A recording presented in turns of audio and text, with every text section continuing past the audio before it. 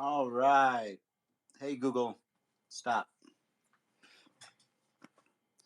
Just had to throw on a little bit of Star Wars music to set the mood. Thank you guys for jumping on again. Katy, Jamie, Jackie, Jen, thank you guys. Thank you for inviting me, Mark. It's always a pleasure to be here. That Star Wars music was perfect. So 10 out of 10. May the 4th be with you Yes, all. happy holidays. May the 4th be with you. That's awesome. So, It really made the intro. yeah, it was great, right? Oh, Yes. man. Loved it. So, guys, yeah, I got to again, just before we get started, thank you again. I've been getting great feedback from tons of people. We're getting a lot of people coming in and listening and replaying, and that's largely in part to the contributions of the two of you. I know Jackie's always in the background helping out. So thank you, the three of you, so much. I appreciate it. Oh, absolutely. Absolutely. So we have a really fun topic today. Um, the dark side of jiu-jitsu for May the 4th in honor of Star Wars. I was thinking about this on Monday, and I kind of mentioned it. When people come in, new people, we're always telling them about the benefits of jiu-jitsu, and the benefits far outweigh, the bad stuff or the uncomfortable stuff that we put up with. But today is time to kind of air those grievances and let people know what the darker side of jiu-jitsu is, what the things are that we don't necessarily tell you right out of the gate. So I hope you guys. I know I've heard from a few of you that you really enjoyed this topic, and I'm looking forward to getting into it. Yeah.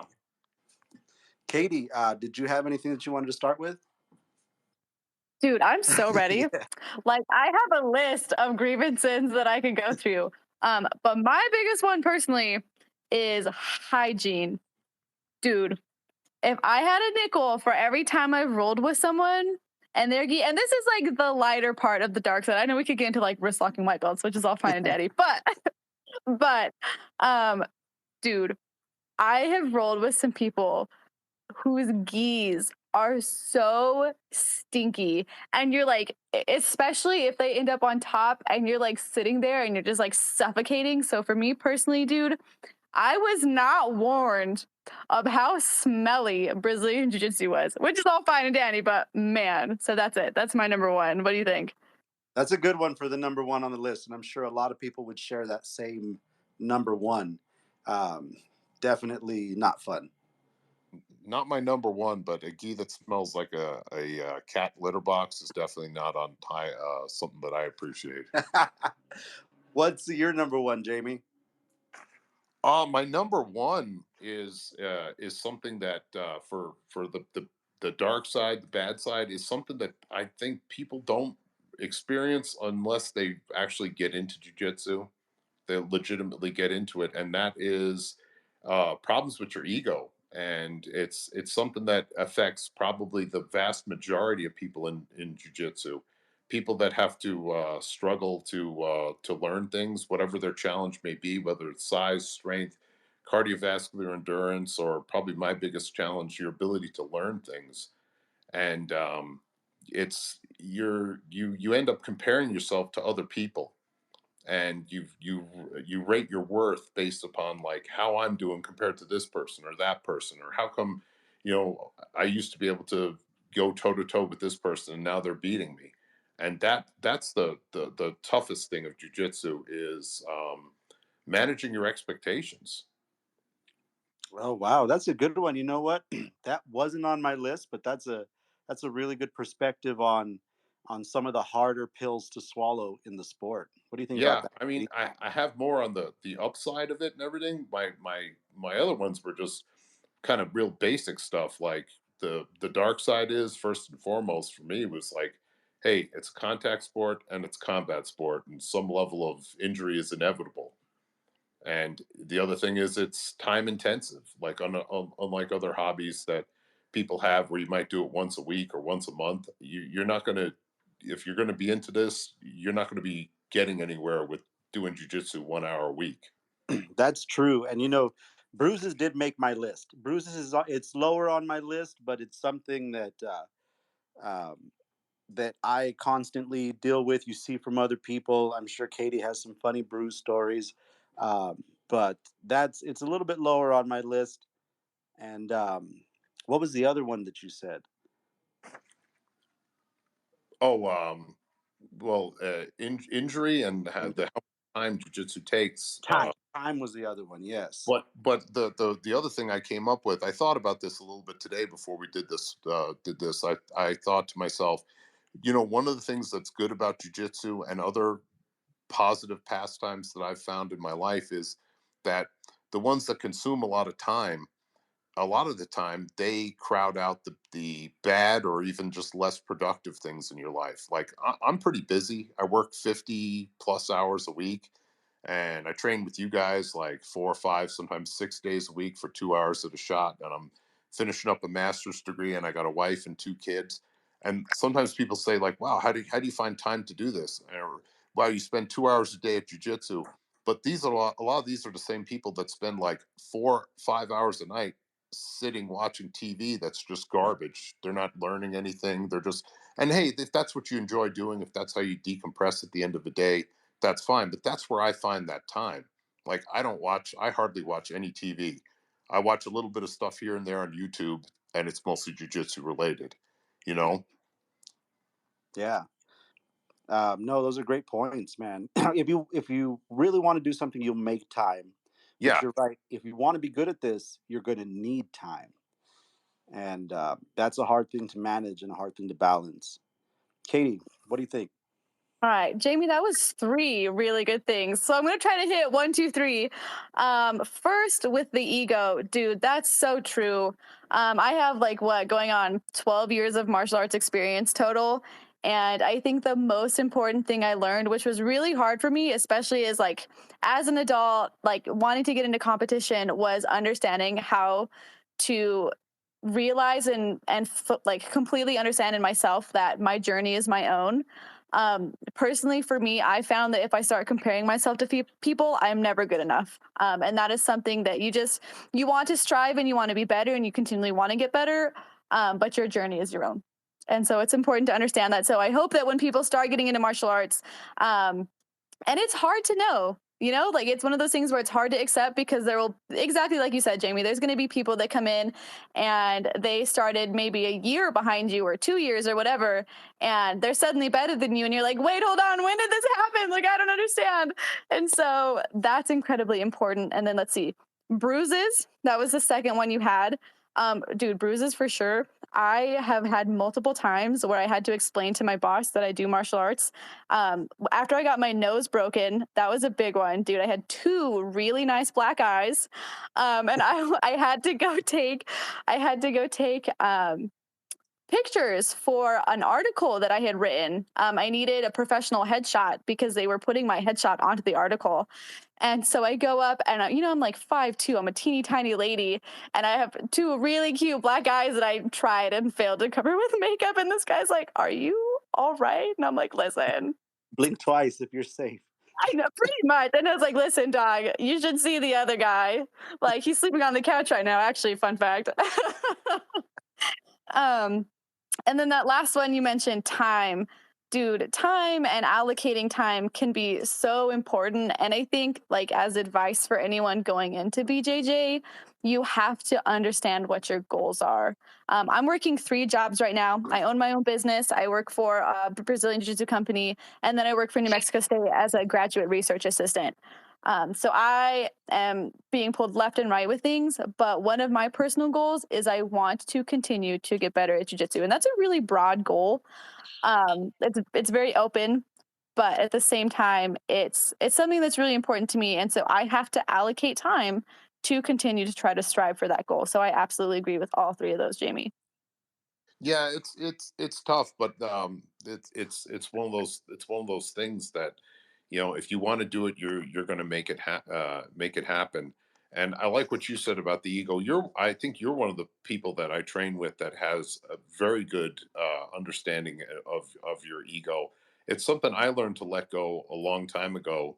not just in regard to jiu-jitsu. I try and do it with other things because I've come to the conclusion, and I don't know how you or other people listening would feel about this, but in essence, an ego for me, I look upon it as something toxic because it's always based upon what you have versus what other people have. So if you have something that other people don't have, you feel better about yourself. And if you don't have something that other people have, you feel inferior or worse about yourself. And that means everything, whether it's ability in jujitsu, a car, money, or whatever. You know, you have a nice Toyota Camry that's 6, 7 years old and you feel pretty good about it and you're proud of it. And then all of a sudden you're running and working and you're around a bunch of people where everyone has, BMW 725 eyes. Now your Camry seems like a piece of crap in your mind, you know? Or if you had a BMW 725i and everyone had one, you wouldn't feel so good about it perhaps because it's like, well, gee, it's not special anymore. Yeah, And or you'd want a Tesla. yeah, yeah.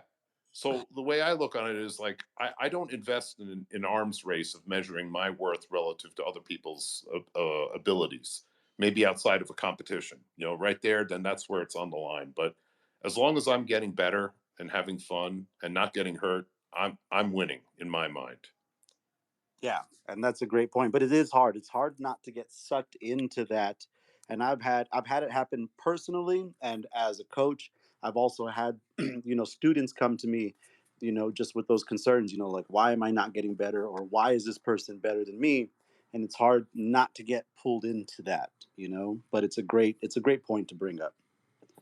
Yeah, Um, and another thing I know you know this as a coach, but in the same pool of people you're training with, because it took me a long time to realize this, is you realize it when you train with other people or people you haven't trained with for a while, but all of a sudden you're like, am I getting worse? What the hell's going on here? Maybe you have a bad day or a bad couple of days or what have you, but you don't real. It took me a long time to realize this. All the people you train with, they're getting better alongside with you. And yeah, maybe some of them are progressing a little faster, or maybe they're just on pace with you. So you feel like, man, I'm never getting better than this guy. Or all of a sudden I'm having a hard time finishing rear naked chokes on this person and this person and this person. It's like, well, yeah, they're getting better and they're figuring out what you're doing. yeah. So They know your game. I'm very happy with what I'm able to do. As always, I strive to do something better, but I'm doing stuff now that I couldn't do 6 months ago. And that's the thing, is you have to compare yourself not to other people, but to yourself.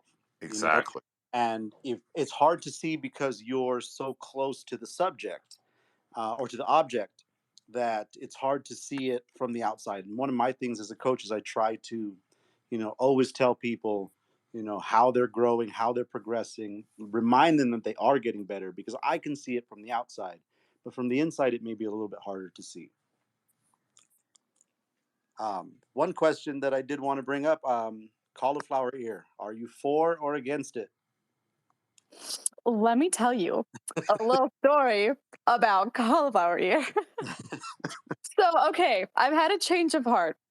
Yeah, So, at first, I was like, no, I was not a fan of cauliflower ear. I was like, dog, that's ugly. But now, when I walk into, especially when I go out like to bars, like drinking, I start checking for cauliflower ear. I'm like, let's see. I start sizing people up, Mark. It's so bad. And so I am team cauliflower ear now. I think it's pretty cool. I think cauliflower ear, like all good things, is great in like minimal amounts. I'm not a fan of the cauliflower ear where you like can't hear out of your ear because it's like completely closed up. You know what I'm talking about? But just a little bit but so people know you're serious, you know? yeah, yeah. When it impedes your ability to use earbuds, it's getting pretty serious. Yeah. No kidding. And I think also like I think that cauliflower ear is kind of a really cool way to physically see how much work you're putting in. And I know like different people get different, like their experience with cauliflower ear is different, but it's kind of a cool thing where you can see like, man, I've really put time on the mats because now my ears are showing it too. So I was team not cauliflower ear, but I've been I've been converted to team cauliflower ear. That's great. Jamie, what side are I you? I've only had one ear blow up really bad once, and I was actually not terribly worried about the aesthetic look because you know, a little messed up ears and holding my looks back. They're already what they are. But my concern was like, man, I'm too bad at jujitsu to have an ear this screwed up. So I was happy it came back with draining the hell out of it as much as it did. But I think within the subculture that we live in, it to me it's not a problem. I mean, if my ears were messed up more than they already are, I wouldn't worry about it. And I kind of feel like Katie does, where it kind of lets people know like who and what you are and what your level of dedication is. You know, that said, when I blew mine up really bad, it really wasn't much. It's just it seems if it just you hit it just right, it's gonna go.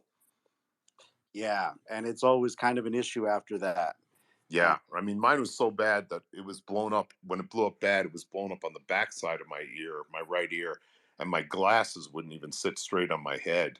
They were like lifted up on one side. I'm like, man, I gotta at least fix the back side of this because this is horrible.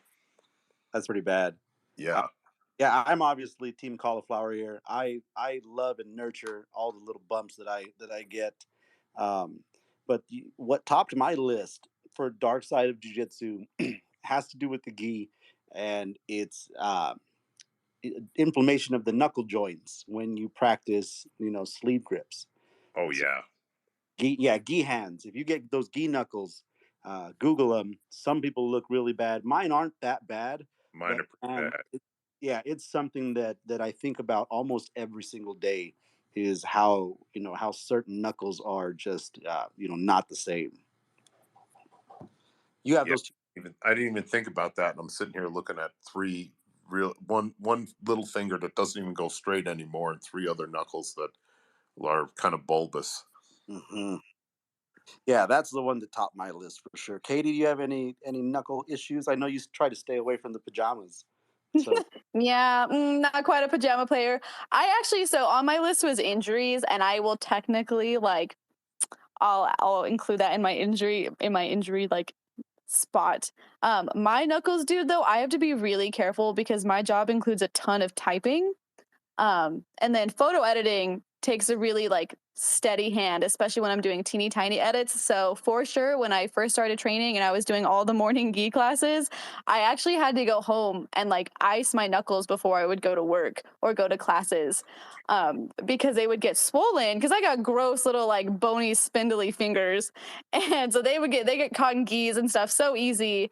So no, I definitely agree, dude. That is not a fun time, especially for like my career. Um, Absolutely agree. yeah, I'm always messing with my knuckles or popping my fingers now in one way or another, and it's probably really weird. But and yours for injuries, probably going back to the old school Family Feud. If we surveyed 100 people, pain or injury would be the number one answer as far as the dark side of jujitsu. But one that we haven't touched on yet is milliliters of sweat ingested. How about that one? Oh no, dude. Oh my goodness.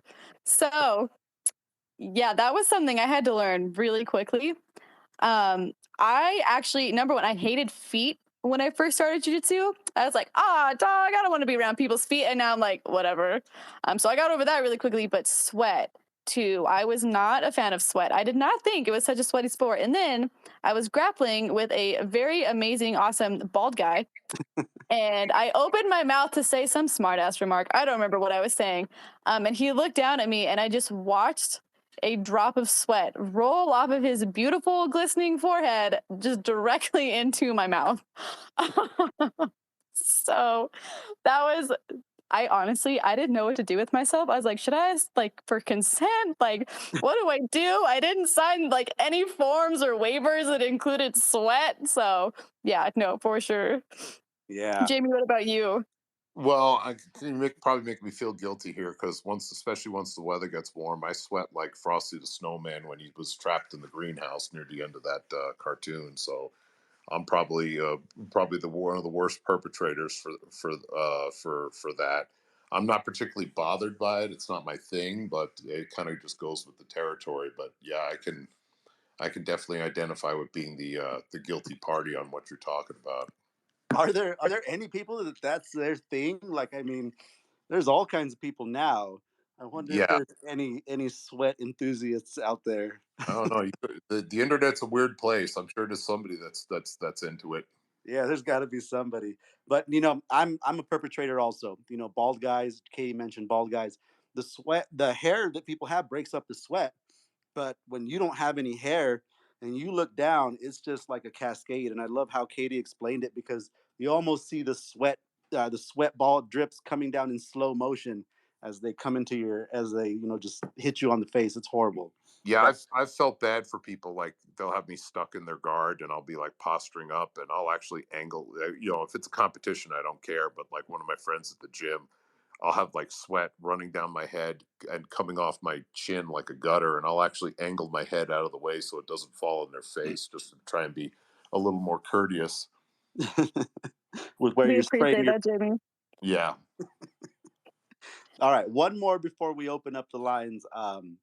The last one is long fingernails or jagged toenails. I've caught a few toenails to the face, and it's definitely one of the worst aspects of training this sport. Absolutely. Like for sure. And people, I don't think that, especially, and this is not directed at you guys, but directed at men in general. I don't think men sometimes realize how long their toenails get in between clippings. I'm like, listen, it's not a like clip every 2 weeks thing. It's a clip like every day thing. Yeah.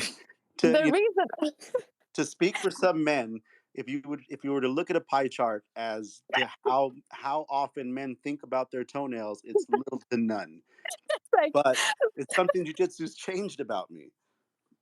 we appreciate it as a lady who definitely is always concerned about her nail length. The reason I'm very passionate about this is because when I was training up in Austin many, many moons ago, I grappled with this guy who I don't know what was going on. I was a spazzy white belt. He was a spazzy white belt. His foot ended up in my face. And again, me opening my mouth. That's the real problem here. It's just me opening my mouth. But I opened my mouth again.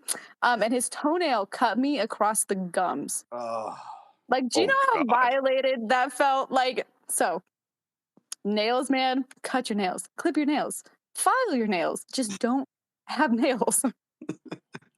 it's hard, and that's I've taken a few toes into different orifices. It's Guilty. it happens. Yeah, Katie's like poked my nose and my ears with her toes. So it's definitely a part of the job. Um, any last comments? I'm gonna open up the lines. If anybody has any questions, comments, any things that we might have missed, feel free to raise your hand or speak up. Again, we're talking about the dark side of jujitsu. I know Jackie had mentioned the nails, but if you want to elaborate, definitely you can. What's up, David? Hey guys, what's going on? Caught like the back half of it. I'm at work, so I had to take a break real quick. Man, we appreciate you making time, though. That's cool. Hell yeah, dude! I've been wanting to catch a live one of these for a while, and like I caught one with Rob's, but just finding the time, especially now that I'm kind of stuck on nights, it's been a little difficult. You are one though that man, you've been really faithful in hitting the replays and catching up and stuff, and we appreciate that, man. We had a couple of our episodes were really cool on the replays. I wasn't expecting anything like that, so kudos to David, one of our faithful listeners. Yeah, for sure.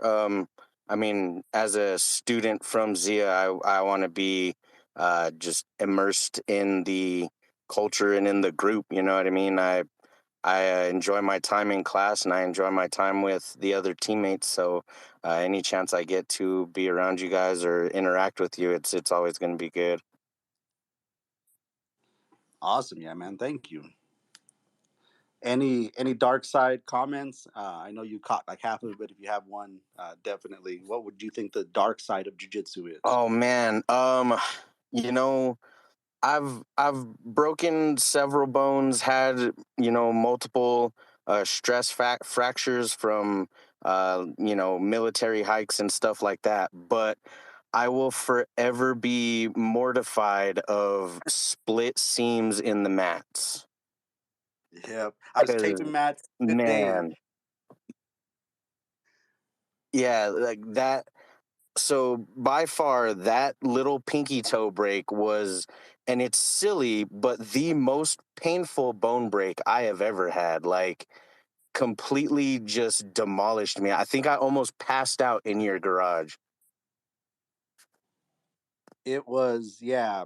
It's one that I will never forget. Again, it was the garage days, and just to give you guys some background, you were training in the garage before we had started Zia, and it was hot. It was summer, and I had two choices. I was like, "Fuck, I've got to either run to the store and grab water bottles, or I've got to tape the mats."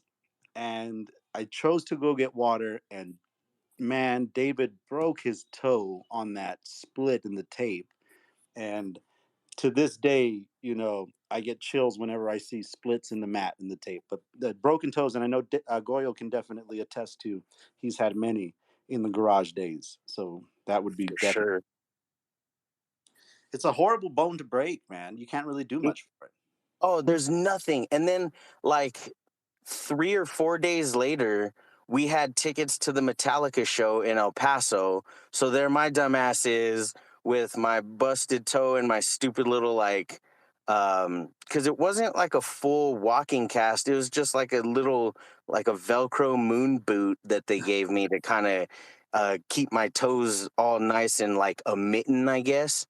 And there I am, like, jumping. And of course, parking is, several blocks away. So I had to walk to the Don Haskins Center, walking back from it, like being on my feet all night. It was miserable, but I had a blast anyways. But yeah, definitely should have made better choices with that injury. Yeah, man. One that, and again, Katie's on here, Goyo's on here. It's part of the game. And again, one of those things that we wouldn't lie to you if you walked in and you asked, I'd tell you, but I would never offer that information to new people. It's like, hey man, you might get injured. That's why we have you sign a waiver. We feel like it's implied. Oh, But 100%. I thought Bannock broke my toe a few weeks ago. We were doing, Professor Spencer calls it the John Wick, what is it? John Wick drills, where he set it up for 2 minutes and you're working double legs or single legs, and there was three of us rotating, right? Well, Bannock went in for a takedown and he dumped his knee straight onto my big toe and drove through the takedown, and I thought that my big toe was going to snap off. man, takedowns are rough, and you got to be really careful with those. That's why we're not takedown heavy, and I don't know if that's one of the reasons, but it's just hard to teach and train those at a high speed without inevitably somebody getting hurt. For sure. This But is. I mean, Mhm. oh no, Go go for it, for it. David. Oh, I was gonna say, um, it was a new drill, and I mean, I'm familiar with takedowns just because that's part of my game. I'm not really a guard pull. I'm the aggressor, so I try to work takedown and form takedown and stuff like that. It's just, man, he landed straight on my toe, and I'm telling you, the pressure from him driving his hips through for the takedown was worse than him landing on my toe. I was like, oh Jesus.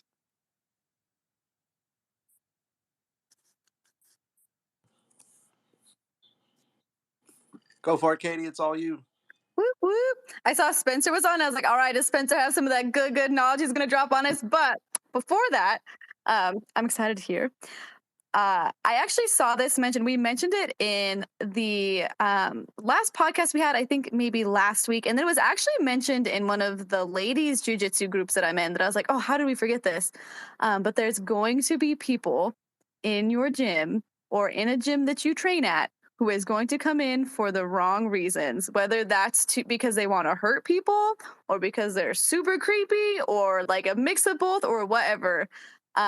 Luckily, like, truth be told, with Zia, I've never once experienced that, but I have seen time and time again ladies talking about guys rolling with them who have purposely copped a feel or grown men talking about how they had someone come in who had something to prove and it was all ego. So I think that's a dark side that luckily I think if you have good coaching and you have good instruction, you don't really have to worry about, but it's definitely on there.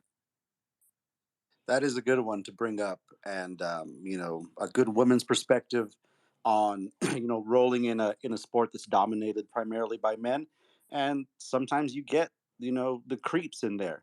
Hopefully, the system weeds them out, and it's addressed. But it is definitely something that might happen. We love some good old mad justice. That's a dark side too. Mat enforcers, yeah. Sometimes people have to be put in their place, and that's another dark side of the mat. Professor Spencer, if you had a comment, man, definitely jump in. I just wanted to get the mic queued up. I missed the first part of it, but did you guys talk fingers yet? Finger injuries? We talked about inflammation of the knuckles. Yeah, absolutely, man. I mean, the hands. I used to wear rings, and now nothing I've ever worn. My ring size has gone up like one size every year since I've been training. It's definitely the gi can be heavy on the fingers for sure. Yeah, that one actually topped my list, man. It was probably the thing I think about the most is how my swollen. Yeah. Another one that I wanted to bring up was the amount of time spent with your head in between someone else's legs. That's another thing that we don't tell you that actually quite happens quite a bit. Disproportionately. Okay, so I'm gonna go into a gross story then, because this is definitely applicable. But there's a guy I used to train with. He's still in town. He's a DJ now, and I won't. That's enough information. But this was probably 2006, 2007, and it was a no-gi round. He was training for an MMA fight, and I was on top, kind of north-south, and he had fairly short shorts on and bare legs, and he threw his legs up and caught my head in between his legs. But the way that he caught my head, plastered my lips open. And when I finally pushed his freaking beef thighs off of my head, I had a, a fairly big chunk of something, and my face was like down, buried where it shouldn't be. I had a chunk of something inside of my mouth. And yeah, I mean, I continued with the roll, but I pieced it out, and it was a small little. I mean, it was very disgusting. That is my most disgusted moment in jiu-jitsu of my entire life, for sure. That one does have to be pretty bad. Very, very, very bad. Very bad. Hair, hair in my mouth cheat. before. Maybe hair caught in your mouth guard, stuff like that. I was gonna say hair.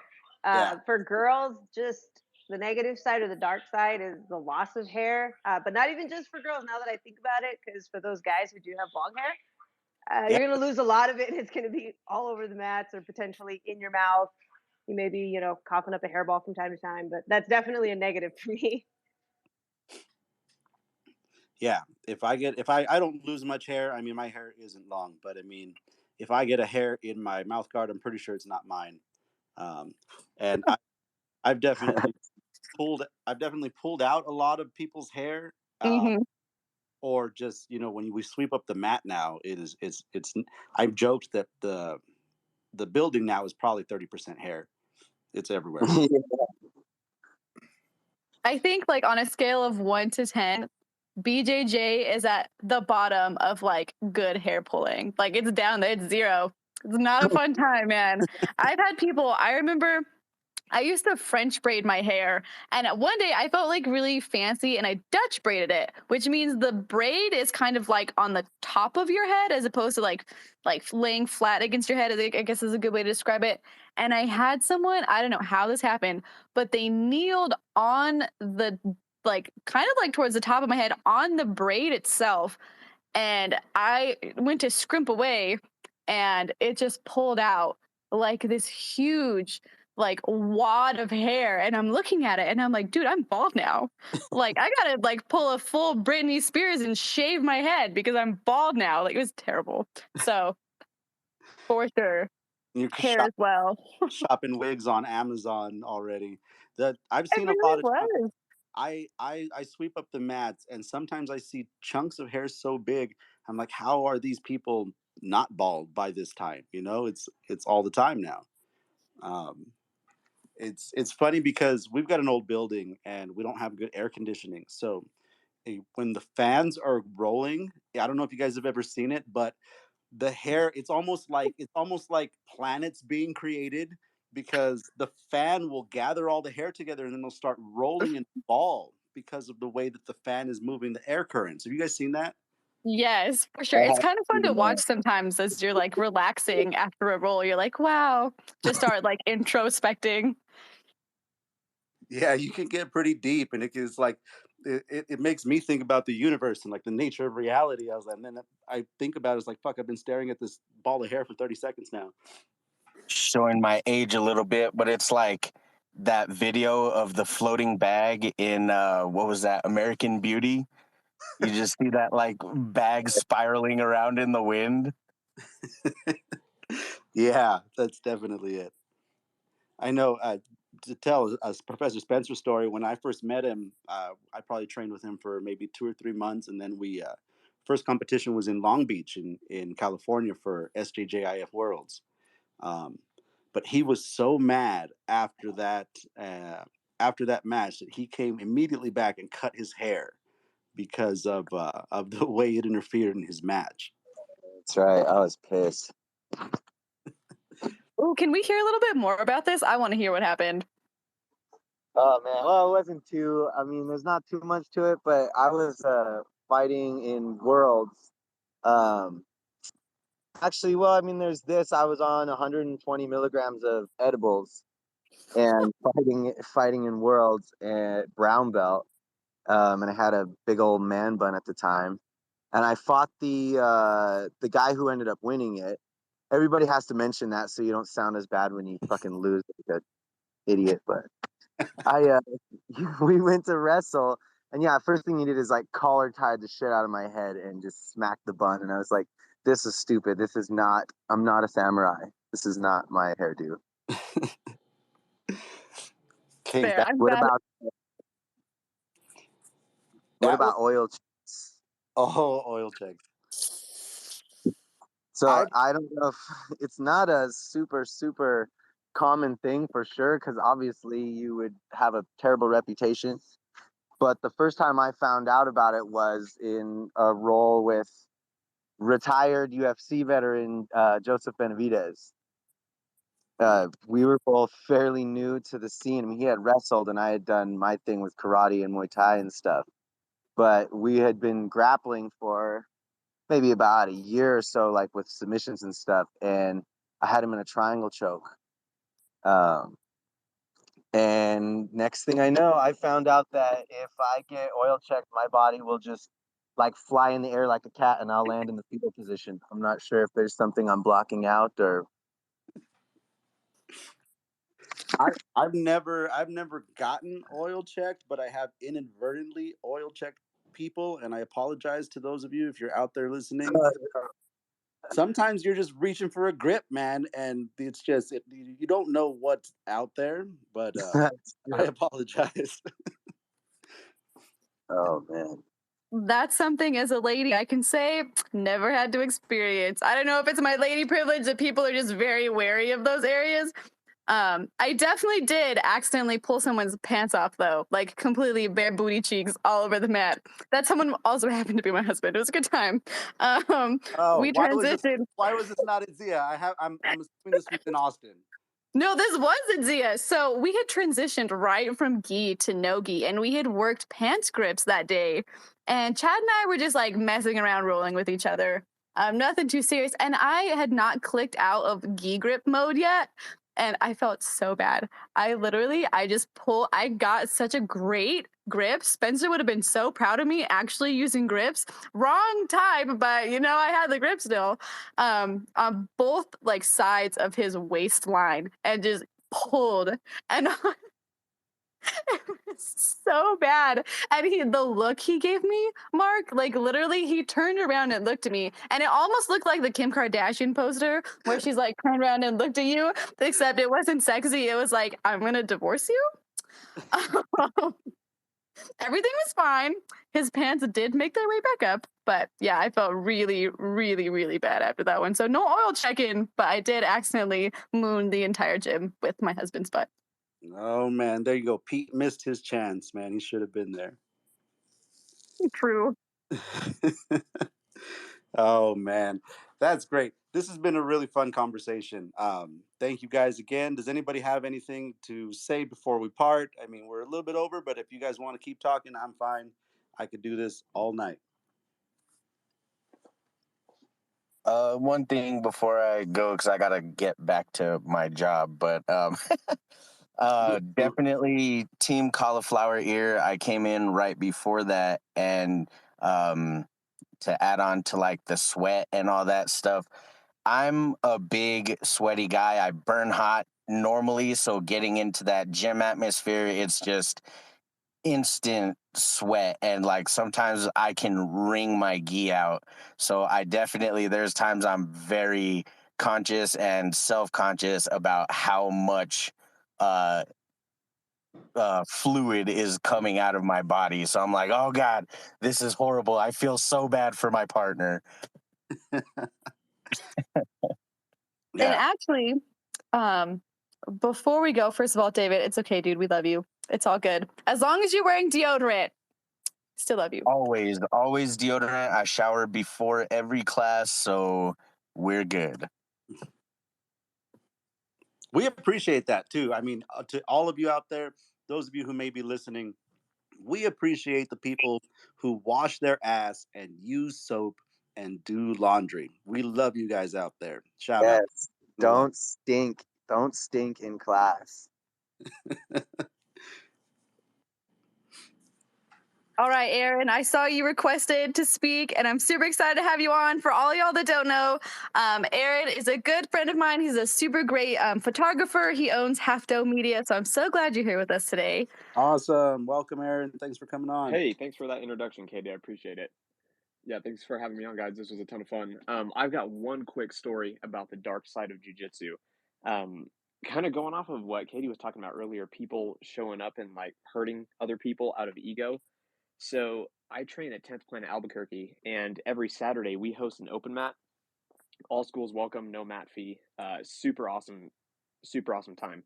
So we had this dude, I won't say what gym he's from, but he's a brown belt traveling around. He was in Albuquerque for the day, showed up to open mat, and he's rolling with one of our white belts. This woman, she's like 23, super small, beginner. She's been in it for less than a year.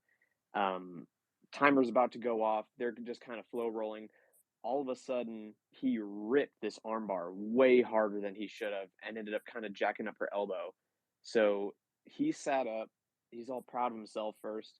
And then she bent down and, like, fully open hand slapped him across the face and starts saying, Nice. don't you ever do that again. If somebody says tap, you always respect the tap. So dude starts crying. He's sitting on the mat. And then one guy, actually, who I think Spencer knows, purple belt that trains with us, ended up stepping in as the mat enforcer and forced him for a couple solid minutes. And then Buddy got his feelings pretty hurt and he ended up leaving. And none of us have ever talked to him since. Wow, that's a good story. Yeah. And I'm happy for the lady who spoke up and said something. That might be hard. Yeah, But definitely. yeah, it can be rough, man. You know, we're always welcoming to people who are traveling and, you know, just coming through. But you know, one of the red flags, and I'm sure we'll have a topic on this, you know, red flags if we haven't already talked about it. But when someone comes in and they say that they, you know, they just want to do open mat, they don't want to do, you know, instruction, you know, that's one of the big red flags. And you know, I'll share a story. You know, Jamie and Spencer were both there. um, we had this guy come in right after, you know, the lockdown, who he was a really big guy, purple belt, from up north. And probably, over the 250 mark, definitely. Really, really big guy. But he had shown up the week before, and he was really nice with Spencer. This is my perspective. I'm sure you guys can jump in and share. But it's just me and Jamie on the mat. Open mat was really light, and so we go to roll with this guy. And man, I think Jamie was first, and he just smashed the living shit out of Jamie. And I was kind of looking at him. Jamie's there in bottom half, breathing against the shield or under the shield, and it was just one of the worst. And my experience with him wasn't very good at all either. And it's it's I just remember that, and me and him have rolled twice subsequently, and there's a story out of that too. Spencer actually gave me some coaching on what to do, and it worked out a lot better the second time around. But yeah, I do vividly remember that. yeah, man, definitely go for it. You can tell what you experience there. Well, yeah, I got stuck underneath, and Spencer was there, and if I remember correctly, he was like, "Hey, why do you keep doing what that guy wants you to do?" I'm like, "What do you mean?" He was like, "Well, you ended up underneath him. He's much bigger than you, but he's also like, he's not just big, he's big and fat. He's like got 100 pounds on you. You need to, like, when you're gonna, just as good practice for you for any type of jujitsu, you need to fight a different fight depending upon the body type and the type of person you're fighting. So do not engage with that guy right away. What you want to do is you want to be active and moving, and you want to be up on your feet, and you want to like keep pushing him down and moving around for like at least the first 2 minutes of the round. And then when he's tired, then you get on top of him and you attack from there. So months went by, and then I saw him later. Like, he came by, same thing, like open mat on Saturday. And um, I don't know. I don't want to speak ill of anybody, but I had just got promoted to purple belt since I last saw him. And he was, well, I'll say it, he was kind of a dick. He was like, "Hey, so you're a purple belt now?" I'm like, "Yeah." And he's like, "So you're a badass?" I'm like, "No, I'm still just me. Just, you want to roll?" And he's like, "Yeah." But I remembered what Spencer told me, and I like kind of, not to talk myself up, but I kind of rope a doped him, and I kept getting up and getting down. I'd get down, I'd get back up, and I made this fat 300+ pound guy get up and down off the mat for about 2.5 minutes. And then when he was gassed out, I dove into neon belly and pressured him, and I got into one of my favorites, which is scarf hold, and I cranked the piss out of his arm and I tapped him. And then he Nice. was like, "Okay, let's do it again." We did it again. And I pressed and pressed and pressed and pressed, and I just got him completely gassed out. I ended up in top side control. And then he was like, "Hey, I'm done." I'm like, "Oh, okay." And I thought he was like tapping. He's like, "No, I'm just gassed out. I need a break." I'm like, "Okay, cool. Take a break. We'll roll again whenever you want or whatever." So then he tells me, "You want to roll again?" I'm like, "Yeah." So we rolled again, and I did the same thing again. And I was like, "Oh, cool. I got this guy figured out." And then he tells me afterwards, he's like, "Hey, you know, you didn't really win. I just ran out of gas." And I'm like, "Okay, if that's the way you want to look on it, that's cool." I said, "But if this was a competition and you ran out of gas and you laid there and you couldn't do anything and you quit, what would happen?" And he looked at me. I said, "You'd fucking lose." And I said, "If it was a street fight and you ran out of gas and you just laid there, it would be a decision whether or not I wanted to put you in the hospital or kill you. So you'd lose there too." Hmm. And I haven't seen him since, but that was that. I don't think you were there for that second conclusion, but that's how it ended up. But I was That surprised because, like, the first time when he smashed the shit out of me, he was pretty cool. But then once he was like on the other end of it, he kind of had sour grapes about it. that's awesome, and I'm glad to hear that, man. I don't think I remember seeing that, but that's I didn't have any positive experiences with that guy, and everybody that I talked to, members and such, nobody had anything very good to say about rolling with him. So I'm happy that happened and that ended that way, man. Yeah, Spencer, did you have something to say? No, no, I was just enjoying laughing along with that. I do vaguely recall that advice, and that does sound like the advice that I give against. I mean, that's my absolute division strategy, you know. I feel bad maybe saying one more thing about this same grappler, because that's kind of, you know, We didn't come here but to die. but there was a submission that I did on him that I've never done on anybody else in my entire 17 years competing in jiu-jitsu. I've never done this to anybody, but I learned it from a Hawaiian black belt super early on. I can't remember the guy's name. But basically, we were in the gi, and basically you take, if you can imagine, having both lapels, like kind of like a "where's my money" kind of grips, and then you put the outside edge of your foot, like if you were doing a karate side kick, against like their trachea, kind of tongue, bottom of their jaw area, and you just pull as hard as you can on both lapels and extend the knife edge side of your foot as hard as you can into their neck, and it is one of the most vicious submissions that you can do in jiu-jitsu, and it's the only person that I've ever used it on. I think I remember that one, and you know it's funny when you don't do it a lot, and that's your style. I love it that you know you're very kind when you're rolling with people. Even when rolls get heated, you're still very reserved. But I can tell when people bring it out of you, and that was definitely one of them.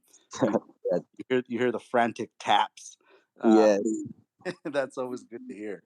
that's funny. Thank you, man, and I appreciate that comment. Oh Oh, man, I think with Spencer, I'd love to roll with you, dude. I wish I could have seen that, man, because I've never seen you get that way. Like I've seen you really intense with competition, so that would have been very awesome to see. I think I also personally have my special move that I only use for people if they're super duper irritating me. And that's actually the Ezekiel, which is totally it's a relevant move, but for me personally, I don't like doing it unless I'm like, all right, you know what? It's getting a little too spicy for my liking. And I think I'm gonna put something on you. I always think of that meme. I don't know if you've ever seen it where it's like the guy at jiu-jitsu practice and someone Ezekiel's his like face, you know, that really nasty like face cranking Ezekiel. And he's like driving home and he has this like bruise on his face. And then he gets home and he like looks up the guy that Ezekiel and he unfriends him on Facebook. That's what I think of. Everybody, I feel like, has had that feeling too with some kind of sub. You're like, you know what? Fuck this guy. But eventually, I think everybody's cool. Mark, fun fact, watched some guy like 3 times my size Ezekiel me from top mount. Okay, this is when I was like had pretty much just started. I guess maybe just started in Zia. So maybe like 4 or 5 months in jiu-jitsu. was that at the Tom DeBlass seminar? No, that was at the 10th Planet open mat, or that was at the Grind open mat. That's what that was. Yes, you're right.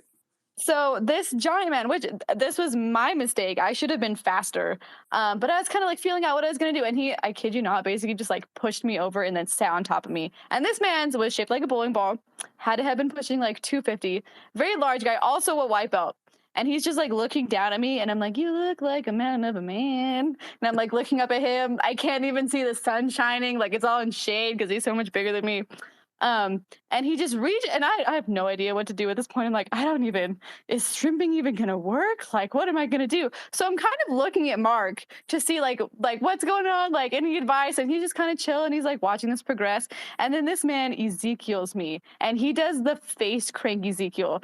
And he is so much bigger than me. And I literally look up at Mark and I'm like, "Et tu, Brute." I'm like, "Please save me." So I decided Ezekiel was going to be my mean people move because I was real mad. It's funny that you bring that up because that's the same. I don't know if Jamie had the same thing in his mind when he was rolling with that purple belt, but I had it in my mind because he was down there in that first roll before he, you know, was vindicated.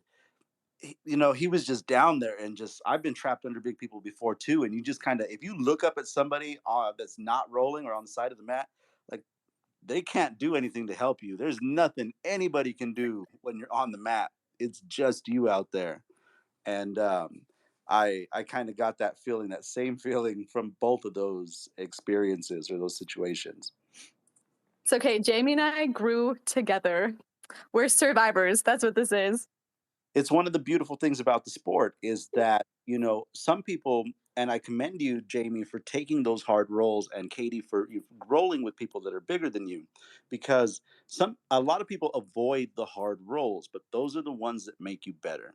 I had a guy who kicked my ass day in and day out, 3 times a week, in the morning for the better part of 9 months, and it crushed my soul. Like, if I think too much about it, I might still start to cry. Um, but it eliminated my ego and it made me work harder. And I think we're all better for taking those types of roles. Yeah, I think, if I may, some people like, not to be negative, but there are some people that you're never going to beat. I mean, short of them, having a serious injury or serious, um, setback, which really reduces their abilities.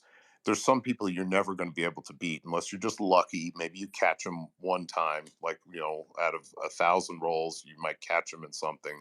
They might get complacent because they're used to beating you up so much. But even if you roll with, I'm never shy away from somebody as long as they're not going to hurt me.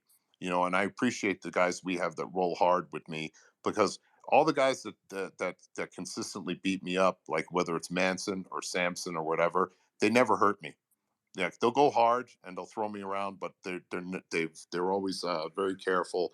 But even if you're never going to be able to beat somebody, and rolling with them is always going to make you better, because the guy who beat you, took you down, and submitted you in 10 seconds. Now, maybe if you play it conservative, you can go a whole round with him and he can't submit you. You're not submitting him. But you know what? You survived rolling for 5 minutes with a guy who used to submit you in under 30 seconds. So Yeah, I think always some value, with a lot of value, with rolling with people that are much better than you. yeah, it's definitely progress. And it's a hard thing to do. It's a hard pill to swallow, but I definitely think it's something that's necessary. Yeah, I think it I think it comes back to my little thesis on ego, and that's the thing. Like, you got to bury your ego, you got to lose your ego.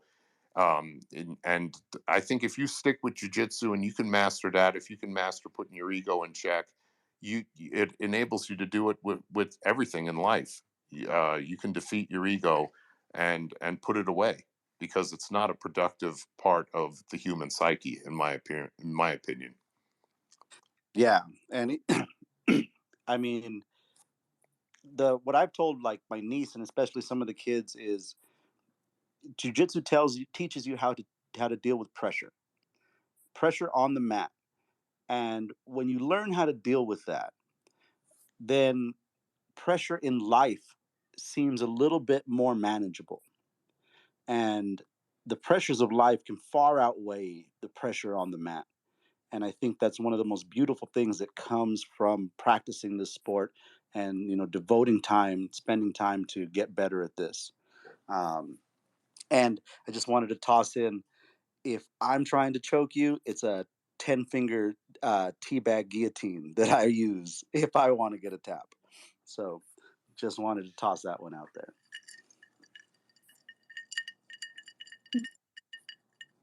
We were matching. Your ice was clinking, and there was chips going on in my kitchen. Love that. I really hope you never try to choke me again.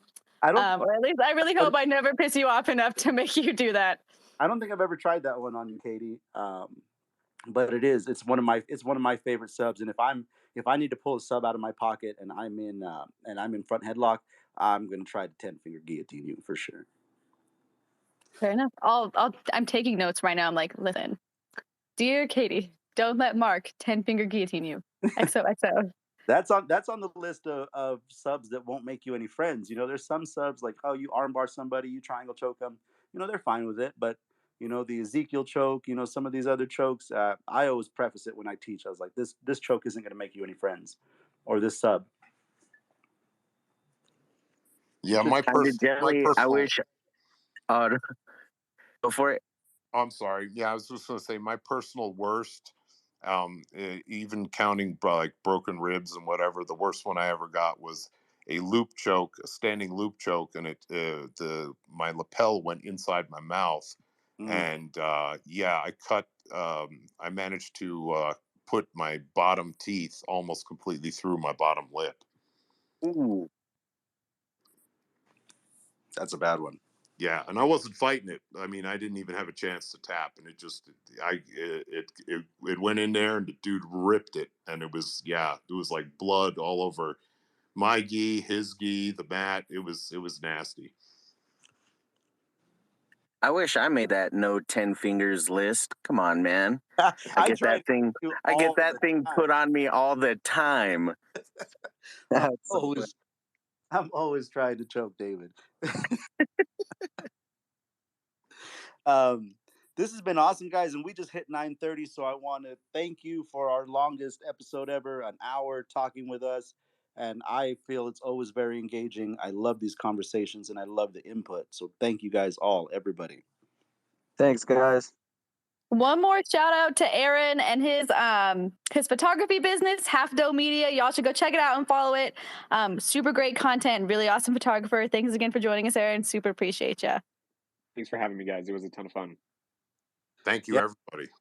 Absolutely. If you can tag us or reach out on the socials, we'll pass it around. Make sure that we get the word out to promote it, man. Definitely. Absolutely. Are you guys going to be in Albuquerque for the upcoming Naga event? What date is that? Do you know offhand? I think so. It's either a Naga or Grappling Industries, but it should be March 14th. May 14th. It's May Jamie. 14th. Yeah. Registered for one already? What's that, Mark? I'm sorry. You're registered for an Albuquerque comp, aren't you? Yes, the Desert Warrior that they usually have in El Paso, they moved it up to Albuquerque, and I believe that's July 9th. I'm trying to find my calendar app on my phone. Yeah, July 9th is correct for that competition. Yeah, I'm in like a porn star on that one. That's going to be an awesome one. Yeah, we're definitely going to that one. I don't know about the upcoming Grappling Industries on May 14th, but since we're giving shout outs, Natasha's on here. Thank you for listening. And Natasha's got a fight coming up on May 7th, very close. She's got an awesome one in Vegas against a very tough opponent. So very excited. Hopefully training's going well, Natasha. Definitely shout out. If you can watch it, it's going to be on Flow Grappling May 7th.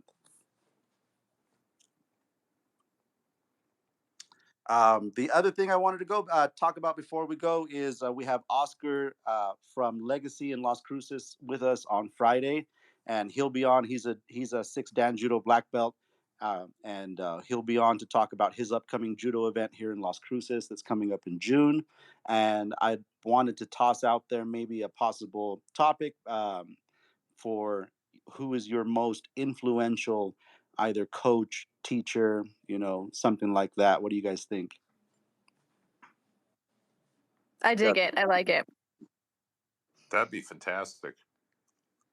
Very cool. Yeah, I'll share on my Twitter. There's a video of Tom Brady that my buddy always shows me, and I've always hated Tom Brady, when he was playing football. But this kid asks him a really cool question, and the response that he gives is just is moving, and it's very cool to see that from somebody. But so the topic for Friday is going to be who is your most influential teacher or coach, mentor, and why. Yeah, Sounds like a love plan. to listen to that one.